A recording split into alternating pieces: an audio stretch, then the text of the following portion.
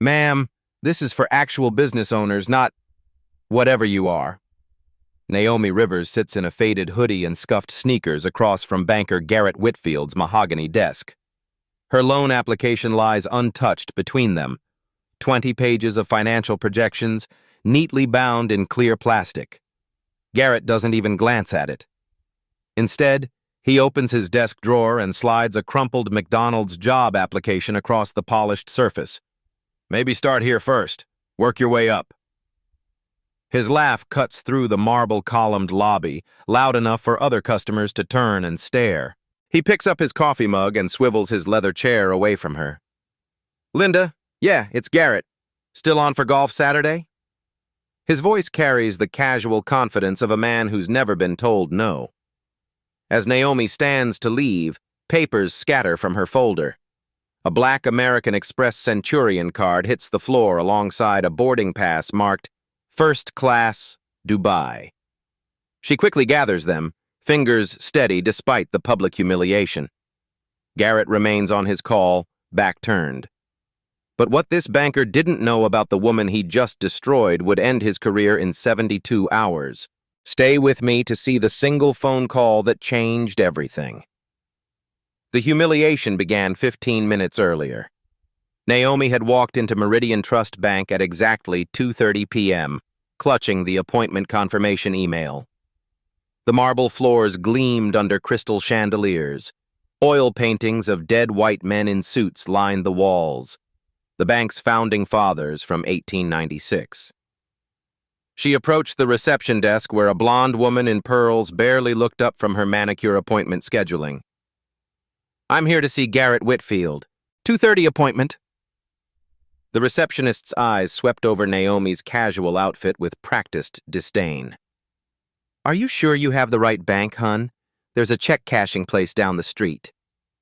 Naomi's jaw tightened, but her voice stayed level. I'm here about a business acquisition loan. $2.3 million. A pause, then reluctant typing on the keyboard. Take a seat. He'll call you when he's ready. 27 minutes passed. Other clients, all white, all in expensive suits, were seen immediately. A man in a Rolex who arrived after her got whisked straight to Whitfield's office. Finally, her name was called. Garrett Whitfield stood 6'2" in a tailored navy suit that probably cost more than most people's monthly rent. His office screamed old money, leather-bound books he'd never read, a Yale diploma, family photos on Martha's Vineyard. He gestured to the chair across from his desk without offering a handshake. So, Naomi Rivers. He mispronounced her first name, despite it being clearly written on his calendar. What kind of business are we talking about here? She slid the loan application across his desk. I need bridge financing for the final phase of an acquisition. The target company has $8.3 billion in assets. Garrett's eyebrows shot up, then settled into a smirk. He didn't touch the application. Ma'am, I think there might be some confusion. Our minimum loan amount for business acquisitions is $5 million, and that requires extensive documentation, credit history, collateral verification. It's all in there. Naomi nodded toward the untouched folder. He leaned back in his chair, fingers steepled. Let me be frank. Your credit profile doesn't match our demographic standards. Meridian Trust has served established families and businesses for over a century. We have certain expectations. The words hung in the air like poison gas. What expectations would those be? Garrett's smile turned predatory. Well, for instance, our typical clients don't shop at... He gestured vaguely at her hoodie. Target. In the corner of her vision, Naomi noticed something. A young black woman at the customer service counter had her phone angled toward Garrett's office. The red recording dot blinked steadily. Naomi kept her expression neutral. And if I met your dress code requirements? Ma'am, this isn't about clothing. It's about fit. Cultural fit. You understand? The recording continued. The young woman, college-aged, probably a student banking customer, had positioned herself perfectly to capture both audio and video through the glass partition. That's when Garrett opened his desk drawer and produced the McDonald's application. The crumpled paper landed between them with a soft thud that somehow echoed louder than his earlier laughter. "Maybe start here first. Work your way up." The girl with the phone shifted slightly, getting a better angle. Her expression showed she was witnessing something she knew was wrong. One of those real-life stories that would later become part of the broader narrative about systemic discrimination in banking. Naomi Rivers had experienced plenty of racism in her 42 years. But this moment crystallized something different. This wasn't just personal prejudice. This was institutional gatekeeping designed to preserve power structures that had existed since the bank's founding. She thought about her father, civil rights lawyer James Rivers, who had been denied a mortgage at this same bank in 1987. The memory sharpened her focus. As Garrett swiveled his chair away to take his golf call, dismissing her like an annoying interruption to his day, Naomi made a decision that would alter the trajectory of both their lives. She gathered her papers slowly, including the items that had scattered. The Centurion card felt heavy in her palm, not because of its titanium construction, but because of what it represented. 10 minutes later, she sat in her rental car outside the bank. The young woman who'd been recording approached her window. "Excuse me? I got that whole thing on video. That was completely racist. You want me to post it?" Naomi looked at the earnest face of someone who believed social media could change the world. Someone young enough to think viral videos were the most powerful weapon against injustice. "What's your name?" "Keisha. I go to Howard. I bank here because it's close to campus, but after what I just saw..." She shook her head. "Post it, Keisha, but first, send me a copy." Naomi handed her a business card. Plain white, simple text. NR Capital Management. As she drove away, Naomi reached for her phone and dialed a number from memory. "Davies, it's Naomi. I need you to accelerate the Meridian acquisition. Full position. How quickly can we move?" The voice on the other end, her chief legal counsel, sounded surprised. "We're still in due diligence. I thought you wanted to wait until Q3. Plans change. I want controlling interest by Friday." "That's ambitious. May I ask what's driving the urgency?" Naomi glanced back at the bank in her rearview mirror where Garrett Whitfield was probably still on his golf call, completely unaware that his world was about to collapse. Let's call it a business opportunity. Keisha's video went live at 6:47 p.m. She'd titled it simply, "Racist Banker at Meridian Trust Gives Black Woman McDonald's Application Instead of Business Loan, #banking while black, /Meridian Trust." The 43-second clip showed everything. Garrett's dismissive body language, his mispronunciation of Naomi's name, the McDonald's application sliding across the desk, his loud performative phone call while she gathered her dignity from the floor. By 8:30 p.m., the video had 15,000 views. By midnight, 127,000. The comments section exploded with similar experiences. Black stories, touching stories of discrimination that people had carried silently for years. Real-life stories of being judged, dismissed, humiliated in banks, mortgage offices, investment firms across the country. This happened to me at Wells Fargo. Same energy at Bank of America when I tried to get a small business loan. They told me I should try the urban branch across town. At 2:17 a.m., the bank's overnight security called the crisis management team. The video had been shared 8,000 times and tagged the bank's official accounts. Carol Henderson, Meridian Trust's VP of Operations, received the wake-up call at her Westchester home. "Ma'am, we have a situation.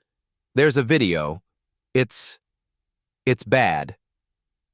By dawn, the video had reached 400,000 views. #Meridian Trust racism was trending nationally. The bank's Yelp page filled with one-star reviews. Their corporate Twitter mentions were a disaster. At 7:45 a.m., Carol Henderson stormed into Garrett's office where he sat scrolling through his phone, face pale. "What the hell were you thinking?" Garrett looked up, his usual confidence cracked. "Carol, she didn't look like she had that kind of money. I mean, look at her in the video." "I am looking. I'm looking at a potential lawsuit, federal discrimination charges, and our stock price dropping 3% in pre-market trading. Garrett's phone buzzed. LinkedIn notification. Someone had identified him by name in a share of the viral video. Then another notification, then another. How did they figure out who I am? Your nameplate is clearly visible in the video, genius. Carol paced behind his desk. Legal wants to see us in 20 minutes. Public Relations is drafting a response, and Marcus is flying back from the Hamptons. Marcus Donnelly, the bank's president, rarely cut his weekend short. When he did, careers usually ended. Meanwhile, across town, Naomi Rivers sat in a different kind of meeting. The conference room on the 47th floor of the Chrysler Building overlooked Manhattan like a chessboard. Her acquisition team had assembled with unusual speed. Lawyers, financial analysts, regulatory specialists, who normally needed weeks of advance notice. "Status report," she said, settling into the head chair. David, her chief financial officer, pulled up holographic displays of financial data. "We've been quietly accumulating Meridian Trust shares for 6 months through shell companies and institutional proxies. Current position, 41.2%. Legal obstacles?" Sarah Martinez, senior counsel, flipped through regulatory documents. "The Federal Reserve requires disclosure once we hit 50%. But there's a 48-hour grace period for filing. We could move fast enough to secure control before they can respond." Cost? At current market price, acquiring the additional 9.8% would run approximately $214 million. But the viral video has spooked investors. Share price is down 11% since market open. Naomi nodded. Opportunity cost discount. Her phone buzzed with a text from an unknown number. "Ms. Rivers, this is Marcus Donnelly, president of Meridian Trust Bank. I believe we should discuss yesterday's unfortunate incident. Would you be available for a call?" She showed the message to her team. "He doesn't know," David said. "No. He thinks I'm just another victim looking for a settlement." Naomi set her phone aside. "Sarah, what's the timeline for a complete acquisition?" "If we move aggressively, 72 hours from initiation to controlling interest, but it would require, whatever it requires, do it." At Meridian Trust, the crisis deepened. The video had reached 1.2 million views. Local news stations picked up the story. Channel 7 sent a reporter to stake out the bank's headquarters. Protesters began gathering outside. Not many, maybe 15 people, but enough to force customers to walk through a gauntlet of shame to reach the entrance. Marcus Donnelly arrived at 11:30 a.m., his Hamptons tan contrasting sharply with his thunderous expression. The emergency board meeting convened in the marble-walled conference room where oil paintings of the bank's founders looked down in patrician disappointment. "Gentlemen," Marcus began, "we have a Category 5 shitstorm on our hands. The video has been viewed over 1 million times. The hashtag is trending. Our phones are ringing off the hook with reporters, regulators, and very angry customers." Board member Elizabeth Kraft, heir to old railroad money, leaned forward. "What's our exposure?" "Legal says potential civil rights lawsuit. Federal banking regulators are monitoring the situation, and our stock is down 14%. Garrett sat at the far end of the table, looking like he wanted to disappear into the mahogany grain. "The woman in the video," Marcus continued, "Naomi Rivers. Has anyone been able to reach her?" Carol Henderson cleared her throat. "I tried calling the number she left on her loan application. Goes straight to voicemail. Generic message, no callback." "What about social media? Is she talking?" "Nothing. No Twitter, no Facebook response to the video. She's completely silent." This puzzled Marcus. Usually, discrimination victims wanted to tell their story. They wanted attention, settlement money, their 15 minutes of justice. Silence suggested either she was lawyering up for a major lawsuit or, "Sir?" His assistant knocked on the conference room door. "There's been a development. The viral video just hit 5 million views, and there's something else." "What?" Someone leaked Garrett's LinkedIn profile, home address, and his kids' school information. There are protesters outside his house. Through the floor-to-ceiling windows, they could see the crowd outside the bank had grown to about 50 people. News vans lined the street. Someone had brought a bullhorn. Marcus felt the walls closing in. In 30 years of banking, he'd weathered financial crises, regulatory investigations, and market crashes. But he'd never faced anything like this. The swift, unforgiving judgment of viral justice. His phone rang. Unknown number. Marcus Donnelly. Mr. Donnelly, this is Naomi Rivers. The room went silent as he put the call on speaker. Ms. Rivers, thank you for calling. I want to personally apologize for yesterday's completely unacceptable treatment. Mr. Whitfield's behavior does not represent the values of Meridian Trust Bank. I appreciate that, Mr. Donnelly. Her voice was calm, professional. No anger, no demands. Somehow, that made it worse. I'd like to discuss how we can make this right. Perhaps we could meet? I'm prepared to offer a formal apology, policy changes. And of course, we'd be happy to reconsider your loan application under proper procedures. A pause that stretched too long. I'm not interested in your apology, Marcus. I'm interested in results. What kind of results? I want to meet with your full board of directors. Tomorrow morning, 10 a.m. Marcus glanced around the table at confused faces. Ms. Rivers, I'm not sure that's necessary. I have full authority to... Tomorrow morning, Marcus. Your full board. Or this conversation ends. The line went dead. Board member William Ashford, descendant of the bank's founding family, spoke first. Who does she think she is? But Marcus stared at his phone, a cold realization forming in his gut. In 3 decades of crisis management, he'd learned to read people through their voices. Victims sounded angry, hurt, desperate for validation. Naomi Rivers sounded like someone who held all the cards and was simply deciding when to play them. The boardroom on Meridian Trust's 42nd floor had witnessed a century of power. Oil barons had negotiated here during the Roaring Twenties. Steel magnates had carved up territories during the Great Depression. Tech billionaires had sealed deals during the dot-com boom. But none of those titans had arrived wearing a faded hoodie. At exactly 10 o'clock a.m., Naomi Rivers walked through the mahogany doors flanked by 3 people in expensive suits. The board members, 12 white men and 2 white women representing old American money, exchanged glances as she took the seat at the foot of the long table. Marcus Donnelly sat at the head, his prepared apology speech folded neatly beside his legal pad. Ms. Rivers, thank you for coming. I'd like to begin by offering our most sincere... Before you continue, Naomi interrupted softly, I think there's something you should see. She nodded to the woman on her left, Sarah Martinez, though the board didn't know that yet. Sarah placed a single document on the polished table. The letterhead read, Notice of Controlling Interest Acquisition.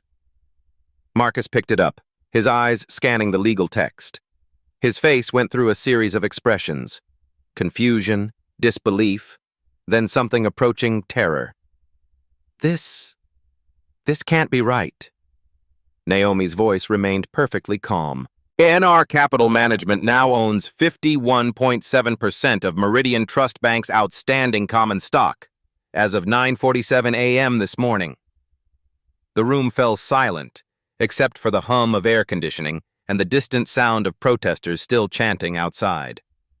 Board member Elizabeth Kraft leaned forward. I'm sorry, what exactly are you saying? Sarah Martinez spoke for the first time. What Ms. Rivers is saying is that she owns this bank. You all work for her now. William Ashford, great-grandson of the bank's founder, stammered, That's impossible. We would have been notified of any major stock purchases. SEC regulations require disclosure at 50%, the third member of Naomi's team interjected. He was older, silver-haired, with the bearing of someone who'd spent decades navigating regulatory waters. Which we filed at 9:47 a.m., 13 minutes before this meeting began. Perfectly legal. Marcus found his voice. Who are you people? Naomi stood, her sneakers silent on the Persian rug. I'm Naomi Rivers, founder and CEO of NR Capital Management. This is Sarah Martinez, my chief legal counsel. And this is Robert Davies, former Federal Reserve Chairman and current senior partner at Davies Klein and Associates. The name Davies hit the room like a physical blow. Robert Davies had regulated most of these men's banks for the better part of a decade. Over the past 6 months, Naomi continued, my firm has been quietly acquiring shares of Meridian Trust through various institutional proxies and shell companies. We'd planned to announce our position in Q3, but yesterday's interaction accelerated our timeline. Garrett Whitfield, who'd been silent in the corner, finally spoke. You can't just buy a bank overnight. Naomi turned to him with the patience of a teacher addressing a particularly slow student. I didn't buy it overnight, Garrett. I've owned pieces of it for months. I just decided yesterday to own all of it. She walked to the windows overlooking Manhattan, her reflection ghost-like against the glass. NR Capital Management specializes in acquiring underperforming financial institutions. We've purchased and restructured 47 banks across 11 states over the past 8 years. The number 47 hung in the air like smoke. Our typical target profile, declining customer satisfaction, outdated technology infrastructure, regulatory compliance issues, and, she turned back to face the room, institutional discrimination that creates legal liability. Marcus felt his mouth go dry. You're saying you targeted us specifically? I'm saying Meridian Trust fit our acquisition criteria perfectly. The discrimination lawsuit filed by the Rodriguez family in 2019, the FDIC citation for disparate lending practices in 2021, the 18 complaints filed with the Office of the Comptroller of the Currency over the past 3 years. She returned to her seat with fluid grace. We conduct extensive due diligence before acquisition. Your bank has been systematically discriminating against minority applicants for decades. The data is quite clear. Robert Davies opened a tablet and began reading. African American loan approval rate at Meridian Trust, 31%. Industry average, 68%. Latino approval rate, 29%. Your approval rate for white applicants with identical credit profiles, 87%. The numbers landed like hammer blows. But, Davies continued, yesterday's incident provided us with something we didn't have before. Visual evidence of institutional bias. A viral video that demonstrates the culture that produces these statistical disparities. Elizabeth Kraft found her voice. So this was all planned? The loan application? The video? No. Naomi's answer was firm. I legitimately needed bridge financing for another acquisition. I chose to visit Meridian Trust because we were already considering purchasing it. I dressed casually because I wanted to see how your staff treated someone who didn't look like your typical client. She paused, letting that sink in. I expected discrimination. I didn't expect it to be quite so theatrical. Garrett's face had gone white. You set me up. Garrett, I walked into your office with a legitimate business proposal and 2.3 million reasons to approve it. You set yourself up. Marcus struggled to process what he was hearing. The woman who recorded the video, Keisha Williams, is a Howard University student who banks with you. She acted independently. We didn't know she was recording until she approached me afterward. Naomi smiled slightly, though I did encourage her to post it. The room erupted in overlapping conversations. Board members whispered urgently to each other. Someone mentioned calling lawyers. Another suggested contacting the SEC.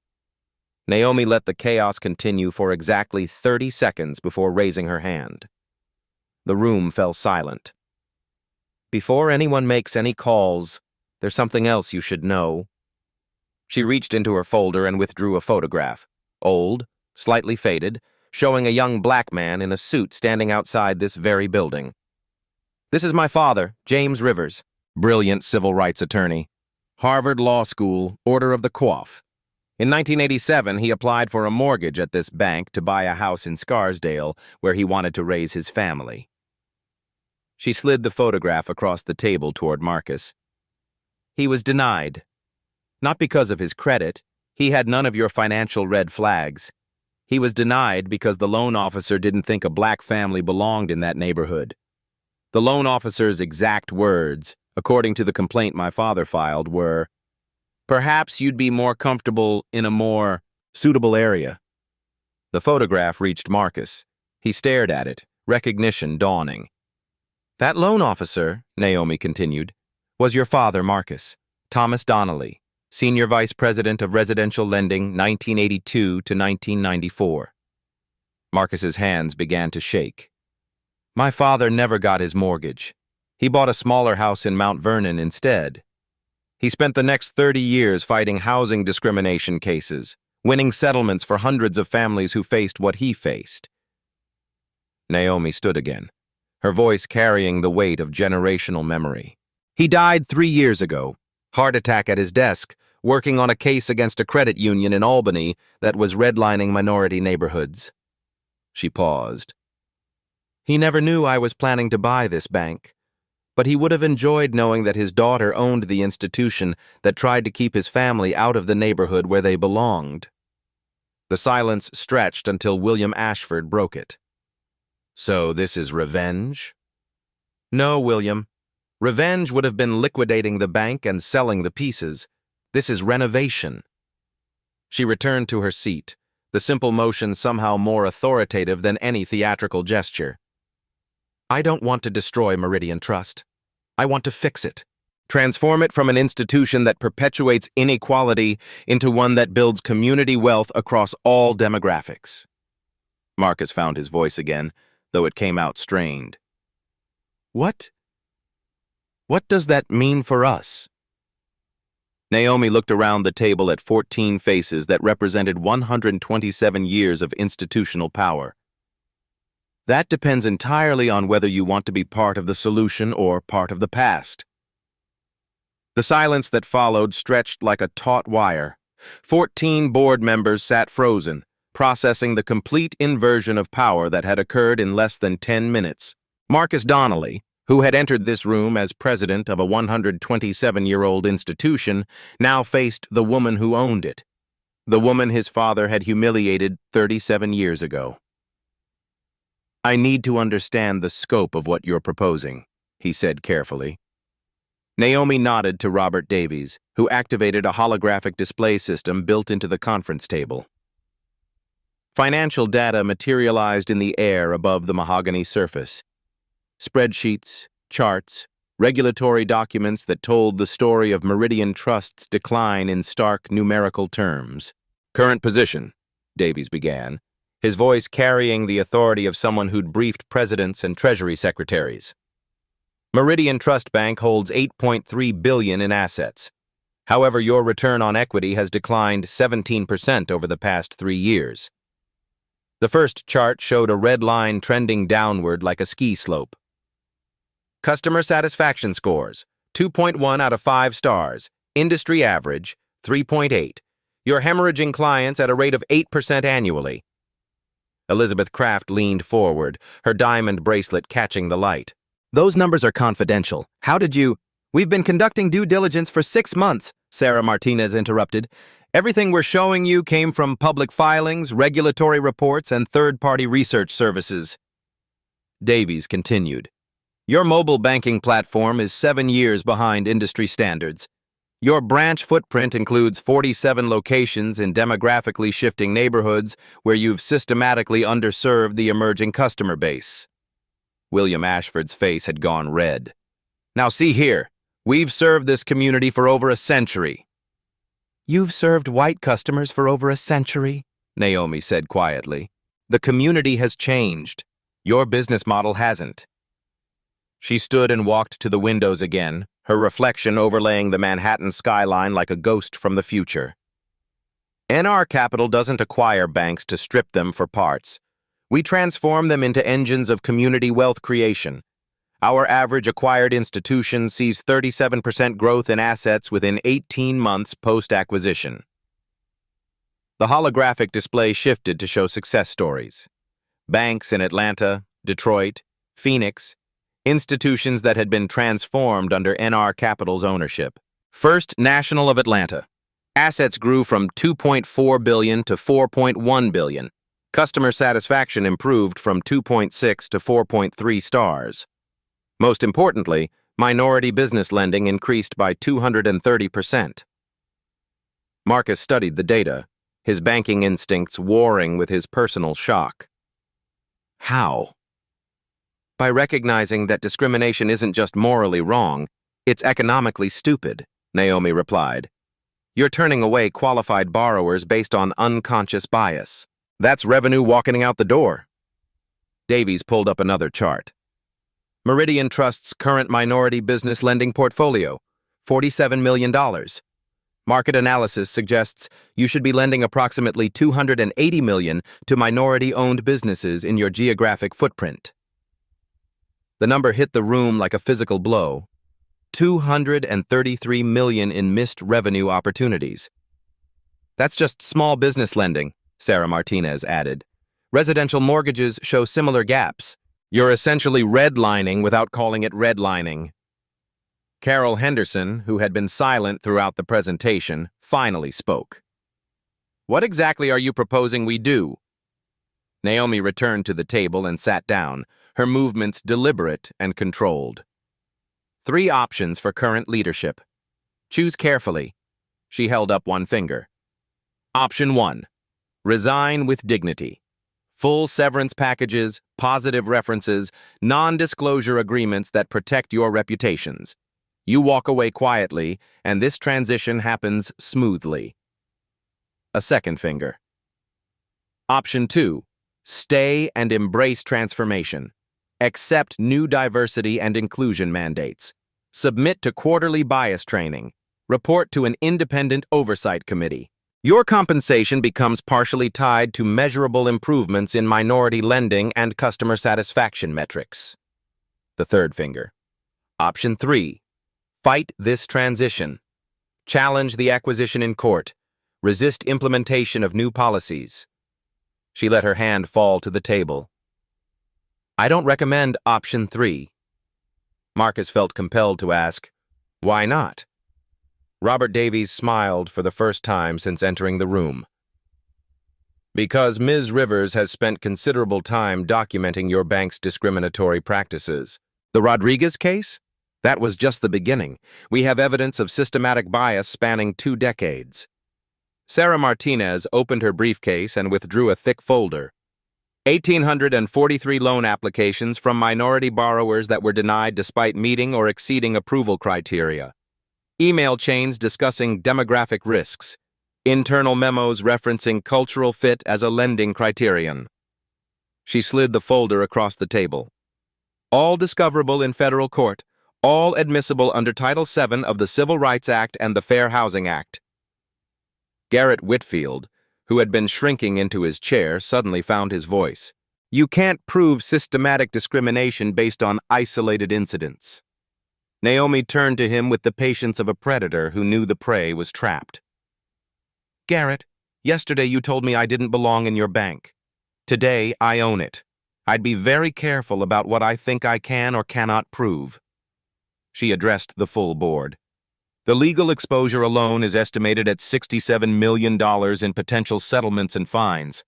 That's before we factor in regulatory action from the FDIC, the Federal Reserve, and the Office of the Comptroller of the Currency. Marcus felt the walls closing in. You're talking about destroying careers, reputations. I'm talking about consequences for choices, Naomi interrupted. Choices that were made every day for decades. Choices that denied opportunities to qualified borrowers because they didn't look like the people in those oil paintings. She gestured toward the portraits of the bank's founders. William, your great-grandfather founded this institution in 1896. Do you know what was happening in 1896?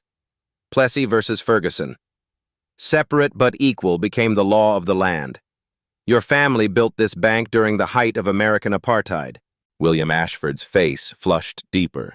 That was a different time. Was it? Because yesterday, your current employees were still treating black customers like they didn't belong here. Same attitudes, different century. The holographic display shifted to show real-time data. Your stock price has dropped 22% since the video went viral. Trading volume is up 400%. Institutional investors are fleeing. Your credit rating is under review by Moody's and Standard & Poor's. Marcus stared at the numbers, watching a lifetime of work evaporate in digital red ink. However, Naomi continued, NR Capital's acquisition announcement has stabilized the decline. Investors know our track record. They trust our ability to turn around distressed financial institutions. She leaned back in her chair, completely comfortable in what had been their seat of power minutes earlier. So here's how this works. You have until 5 p.m. today to choose your option. Option 1 or 2, I don't particularly care which.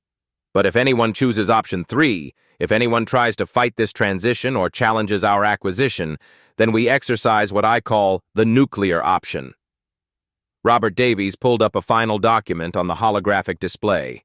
Delaware Corporate Law, Section 385.7. Immediate liquidation of assets. Meridian Trust Bank ceases to exist by close of business Friday. All employees terminated. All customer accounts transferred to acquiring institutions. 127 years of history ends in 72 hours. The threat hung in the air like smoke from a funeral pyre. Elizabeth Craft's voice came out as a whisper. You would destroy the bank rather than let us fight you? Elizabeth, I wouldn't be destroying it. You would. By choosing conflict over cooperation. Naomi's voice carried the finality of a judge pronouncing sentence. I'm offering you the chance to be part of something better. A bank that actually serves its entire community. A bank that builds wealth instead of hoarding it. She stood, signaling the end of the meeting. 5 p.m. I'll be in the president's office, my office now, waiting for your decisions. Marcus watched her walk toward the door, flanked by her advisors. At the threshold, she turned back. Oh, and Marcus? That photograph of my father? I'm having it framed for the lobby, right next to the portrait of your father. I think the contrast will be educational. The door closed behind them with a soft click that echoed like a gavel falling. In the silence that followed, 14 people who had entered the room as masters of their universe sat staring at holographic data that told the story of their obsolescence. The old guard was ending. The question now was whether they would exit with dignity or be swept away by forces they'd never bothered to understand. Outside the 42nd floor windows, Manhattan spread out in all directions, indifferent to the corporate revolution that had just concluded. But in bank branches across the city, in communities that had been systematically excluded from capital access for generations, change was about to arrive with the force of long-delayed justice. At 4:47 p.m., 13 minutes before Naomi's deadline, Marcus Donnelly knocked on the door of what was no longer his office. I'd like to discuss option 2, he said. 6 months later, Meridian Trust Bank looked nothing like the institution that had humiliated Naomi Rivers. The marble lobby now displayed 2 photographs side by side. On the left, Thomas Donnelly, Senior Vice President of Residential Lending, 1982 to 1994. On the right, James Rivers, Civil Rights Attorney, holding his rejected mortgage application outside the same building in 1987. The contrast was intentional, powerful, educational. Marcus Donnelly stood before these photographs every morning now, a daily reminder of the institution he was helping to rebuild. His title had changed from president to chief operating officer. His salary had decreased by 30%. His purpose had increased immeasurably. The morning metrics, sir. His new assistant, a young Latina woman named Sofia Gutierrez, handed him the daily diversity report. Minority business lending, up 187% from pre-acquisition levels. Customer satisfaction scores, 4.2 out of 5 stars. Employee diversity, 43% minority staff across all levels, including management. The transformation hadn't been gentle. Garrett Whitfield was gone, terminated for cause on day 3 of the new regime. His departure had been swift and absolute. No severance, no references, no golden parachute to cushion his fall. He now worked at a community credit union in Queens, making $42,000 a year processing small business loan applications. The irony wasn't lost on anyone. Carol Henderson had chosen option 2, embracing the transformation with the enthusiasm of someone who'd discovered her moral compass after decades of following profit margins. She now headed the newly created Community Investment Division, personally reviewing every minority business loan application. 7 other executives had resigned rather than submit to the new diversity mandates. Their replacements came from community development financial institutions, credit unions, and mission-driven banks that had spent years serving the customers Meridian Trust had ignored. But the real change was systematic, embedded in technology and policy. The Meridian Equity Initiative launched with $50 million in dedicated capital for minority business loans. Interest rates were set below market for qualifying borrowers. Approval criteria were standardized, removing subjective cultural fit assessments. The bias detection AI system went live in every branch. Conversations between loan officers and customers were analyzed in real time for discriminatory language, tone patterns, and approval disparities. Any flags triggered immediate supervisor review and mandatory bias training. Anonymous reporting became seamless through the Fair Banking Watch mobile app. Customers could document discriminatory treatment with video, audio, and written complaints that went directly to an independent oversight committee. The most revolutionary change was transparency. Quarterly diversity reports became public documents. Loan approval rates by demographic were published on the bank's website. Customer satisfaction surveys included specific questions about discriminatory treatment. "Ma'am?" Sophia interrupted Marcus's daily review. "The Community Advisory Board meeting starts in 10 minutes. The advisory board was Naomi's masterpiece. 12 community leaders representing every demographic group Meridian Trust had historically excluded. They met monthly to review lending practices, suggest policy changes, and hold the bank accountable to its transformation promises. Marcus walked to the conference room where Maria Santos, a Latina small business owner, chaired the meeting. "Good morning, Marcus. The Rodriguez family wanted me to thank you personally. Their restaurant expansion loan was approved yesterday." Marcus nodded. The Rodriguez family, the same family whose discrimination lawsuit had been part of NR Capital's due diligence. Their loan had been denied 3 times under the old regime. Under the new system, they qualified easily.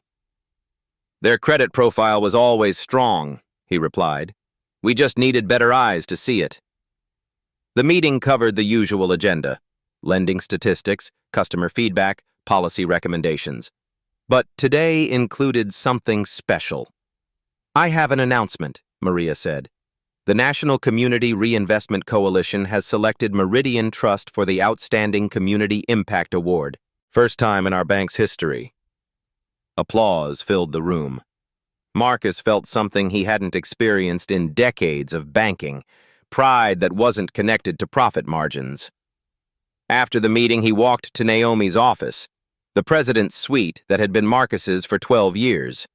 She was reviewing acquisition proposals for their next target, a savings and loan in Birmingham with a familiar pattern of discriminatory lending. "The Alabama deal?" he asked. "Similar profile to what we had here. Declining customer base, regulatory issues, systematic bias against minority borrowers." She looked up from her laptop. "Want to lead the transformation team?" Marcus considered the offer. 6 months ago, he would have seen it as exile, being sent to fix someone else's mess. Now he understood it as opportunity. "I'd be honored." The changes at Meridian Trust rippled outward. Other banks began voluntarily adopting similar diversity measures, afraid of becoming the next viral discrimination video. Business schools added NR Capital's transformation model to their curricula. Congressional hearings referenced the Meridian model as a template for banking reform. But the most meaningful change was smaller, personal.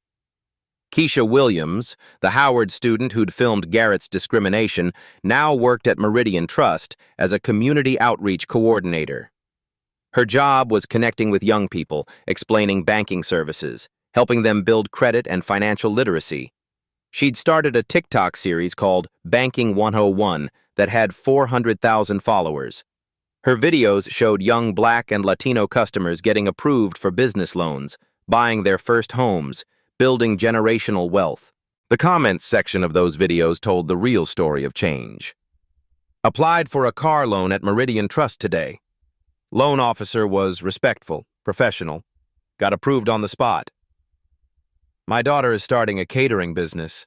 Meridian Trust gave her the startup capital no other bank would consider. First time I've ever felt comfortable walking into a bank.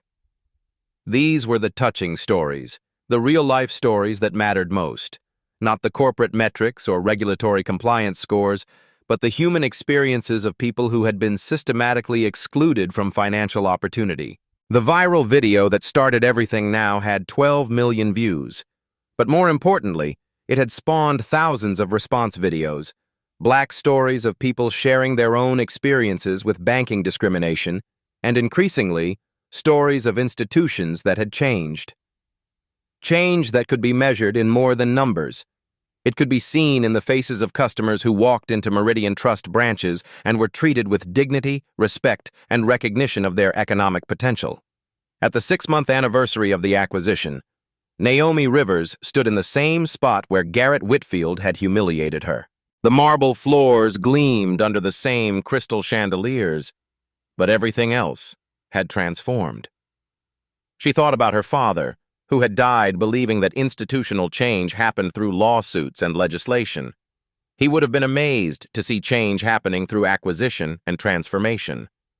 The McDonald's application that Garrett had mockingly offered her was now framed in her office, not as a trophy, but as a reminder that someone's attempt to diminish your worth might be the universe's way of showing you how to change an entire system. Her phone buzzed with a text from Marcus. Birmingham S&L board approved the acquisition. When do we start? She smiled and typed back, tomorrow. There's work to do. 2 years after a McDonald's job application landed on a mahogany desk as an act of humiliation, the banking industry had fundamentally shifted.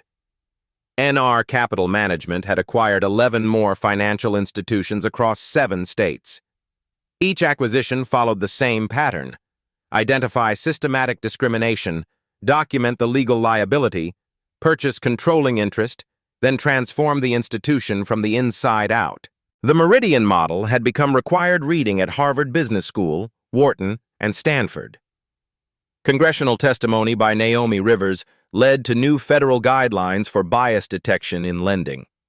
The Fair Banking Watch app had been downloaded 2.3 million times, but the most powerful change was cultural.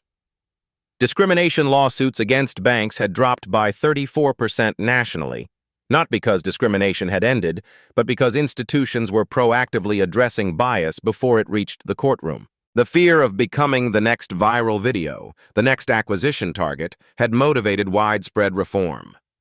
Garrett Whitfield had become an unlikely symbol. His name was Googled over 50,000 times monthly, mostly by banking professionals checking to see if their own discriminatory moments had been recorded. The Whitfield effect entered business school vocabulary as a case study in how individual bias could destroy institutional value. Meanwhile, Garrett processed small business loans at Queens Community Credit Union, where his supervisor was a young Black woman named Jasmine, who had once been denied a car loan at Meridian Trust. The irony was complete, circular, educational. Marcus Donnelly had found unexpected fulfillment leading transformation teams across the South. His work in Birmingham had saved Southern Trust and Loan from federal intervention. His reputation had transformed from corporate climber to redemption specialist. Every morning I wake up knowing the work I'm doing matters, he told a reporter from Forbes. I spent 30 years maximizing shareholder value. Now I'm building community wealth. The second career is infinitely more satisfying. Keisha Williams had graduated from Howard with job offers from Goldman Sachs, J.P. Morgan Chase, and Credit Suisse. She chose to stay at Meridian Trust, launching a financial literacy program that had reached 47,000 young people across New York City. Her TikTok following had grown to 1.2 million. Her videos showed the faces of change: teenage entrepreneurs getting their first business loans, immigrant families buying homes, grandmothers opening savings accounts for grandchildren they'd never believed would have generational wealth. These were the life stories that mattered. Not the corporate metrics or stock prices, but the human moments when systematic exclusion transformed into systematic inclusion. The original viral video had been viewed 23 million times across all platforms. But its legacy lived in the response videos. Thousands of touching stories from people who had experienced banking discrimination and, increasingly, stories of institutions that had changed. Naomi Rivers kept 3 items on her desk in the corner office of NR Capital Management's Manhattan headquarters: her father's rejected mortgage application from 1987, the McDonald's job application Garrett Whitfield had mockingly offered her, and a photograph from last month's National Community Development Banking Conference, where she'd received the Lifetime Achievement Award for financial inclusion. The contrast between humiliation and transformation, between exclusion and ownership, reminded her daily that systematic change was possible when moral clarity met strategic power. Her phone rang. Another banking executive, another institution facing discrimination scandals, another opportunity to choose between destruction and reconstruction. "This is Naomi Rivers." "Ms. Rivers, my name is Patricia, CEO of First National Bank of Denver. We have a situation and I think we need to talk." Naomi smiled, reaching for her legal pad. After 2 years of transforming the financial industry one acquisition at a time, she'd learned to recognize the sound of institutional fear mixed with desperate hope for redemption. "Tell me about your situation, Patricia." Because sometimes the most powerful response to discrimination isn't anger or litigation or viral videos.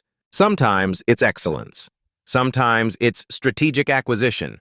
Sometimes it's becoming the system you want to change, then changing it from within. Sometimes the best revenge is ownership. Your voice matters in fighting systematic discrimination.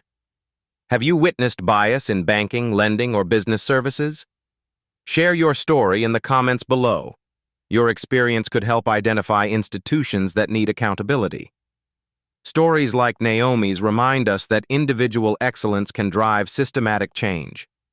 When we document discrimination, demand transparency, and support businesses that practice inclusion, we create the conditions for transformation.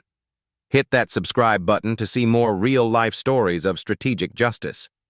Share this video with someone who needs to know that systematic exclusion can become systematic change. And remember, someone else's attempt to diminish your worth might be the universe showing you how to change their entire world. Because in the end, the most powerful response to "you don't belong here" is simple. Actually, I own here now. What's your story of overcoming systematic bias? We're listening.